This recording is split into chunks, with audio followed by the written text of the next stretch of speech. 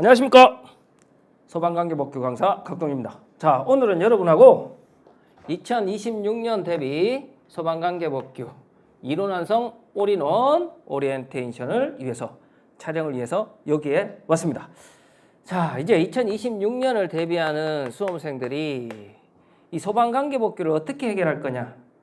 일단 오늘 제가 여러분한테 말씀드릴 거는 소방관계법규 과목의 특성, 그리고 출제 경량, 그리고 교재 구성하고 강좌 내용, 올인원 강좌는 어떻게 할 거냐, 작년과 뭔가 달라진 게 있냐, 교재는 뭔가 달라진 게 있냐, 이런 것들을 말씀드리고, 그리고 여러분들이 소방관계법규를 어떻게 학습하면 2026년에 법규를 고득점 맞을 수 있냐, 이런 방향을 제시하고요. 마지막으로 이 수업이 누구에게 필요한지, 얼마나 들어야 되는지, 요거에 대해서 간단하게 말씀드리겠습니다. 첫 번째, 자, 소방관계법규 과목의 특성. 과목의 특성하면 첫 번째, 재미없다.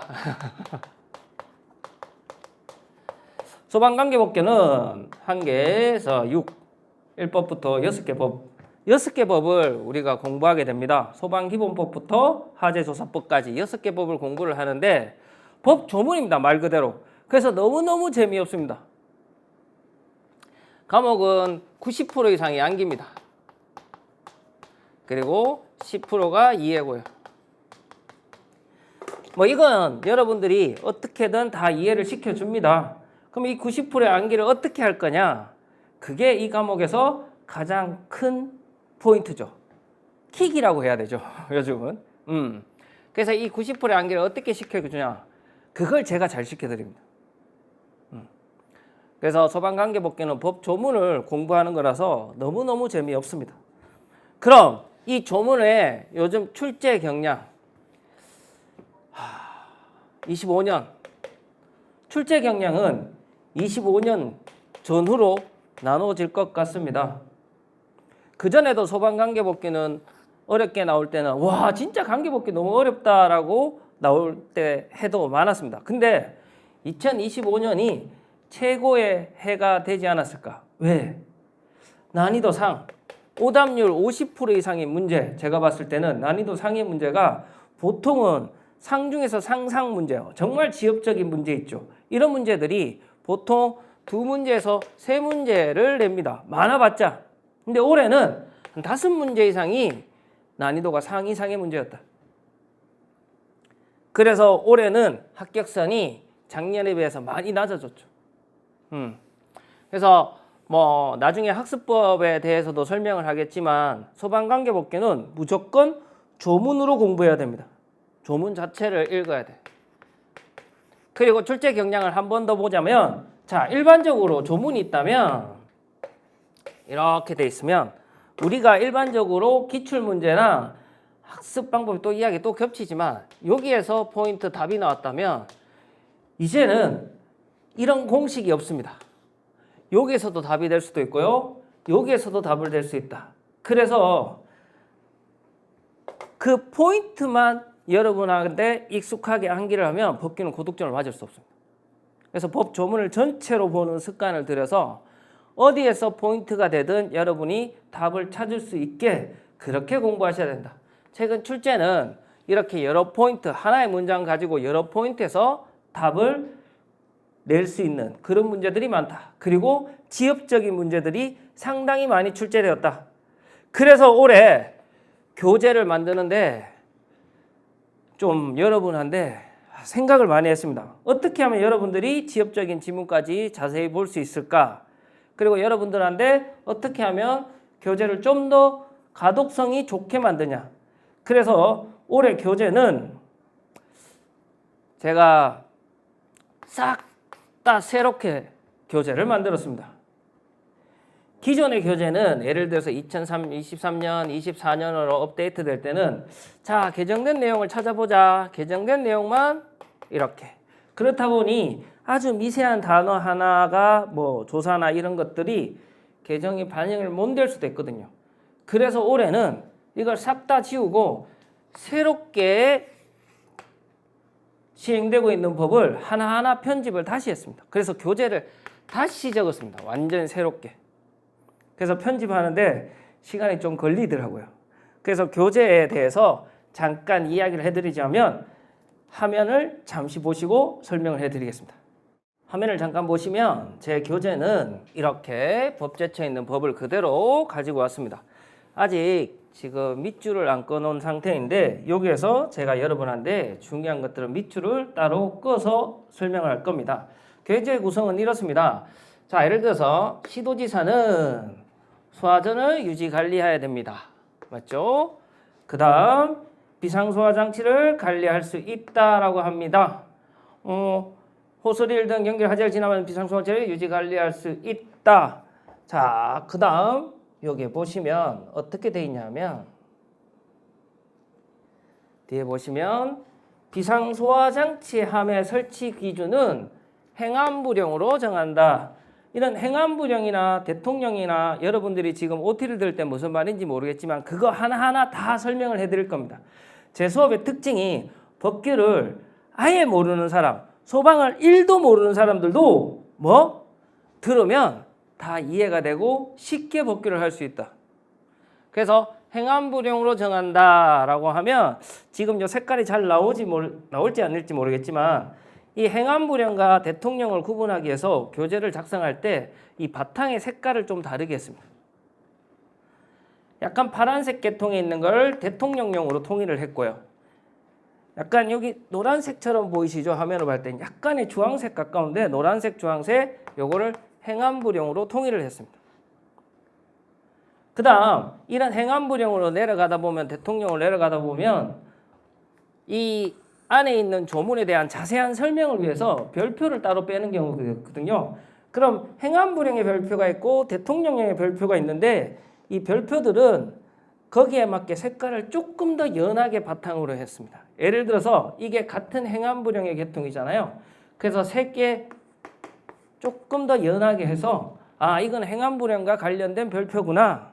이렇게 해서 여러분들이 교재를 읽을 때 행안부령과 대통령령을 쉽게 구분할 수 있게 작성을 했고요.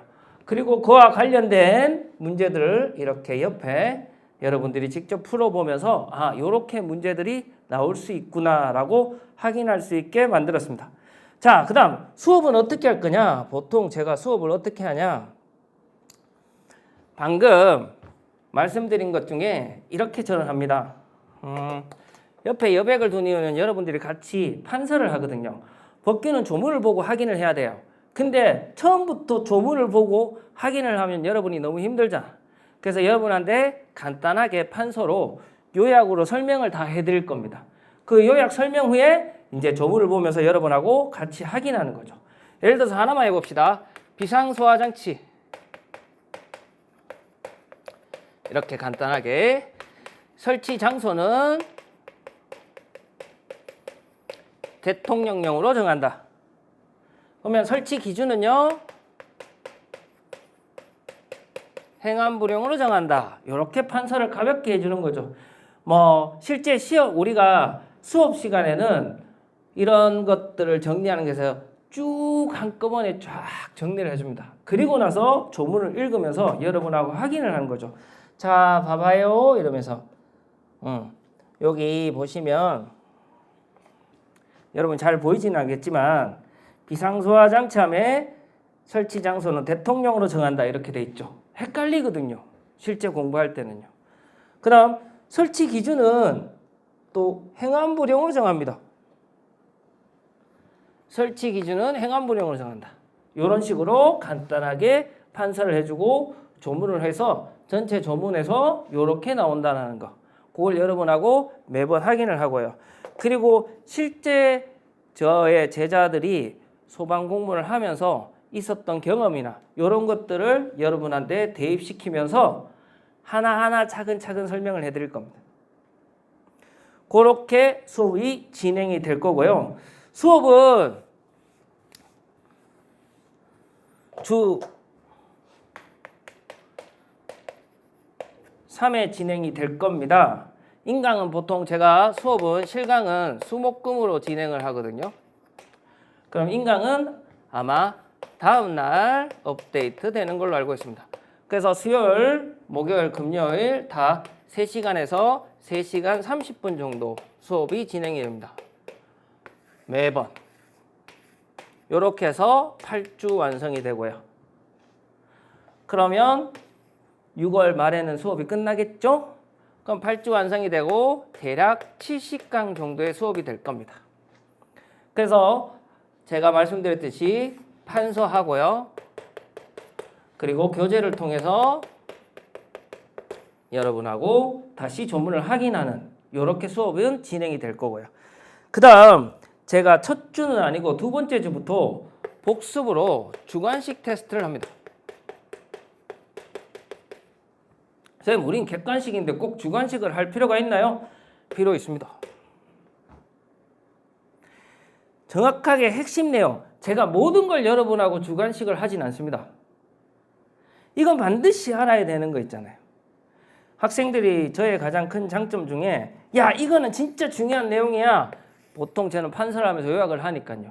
그리고 나서 요거는 1회고 하는 사람들은 여기까지 공부를 하고 요 부분 정도는 2회독, 3회독 때 해라. 요렇게 약간 선을 그어주거든요. 그래서 학생들이 그걸 참 좋아하더라고요.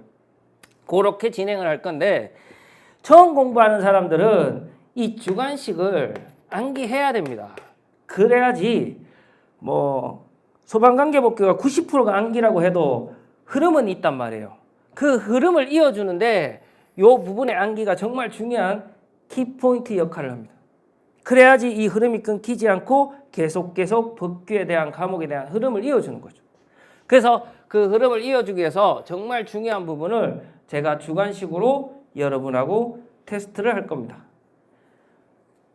여러분도 꼭 테스트를 해야 됩니다. 그냥 답을 보고 이렇게 하는 게 아니라 내가 시간을 줄 테니까 프린트 주고요. 인강 학생들은 당연히 다운받아서 직접 풀어보시고요. 내가 복습을 제대로 했는지 안 했는지 확인을 하는 거죠. 그리고 나서 암기가 안 돼 있으면 바로 다시 암기하고 다시 한번 암기를 하시면 좋겠습니다.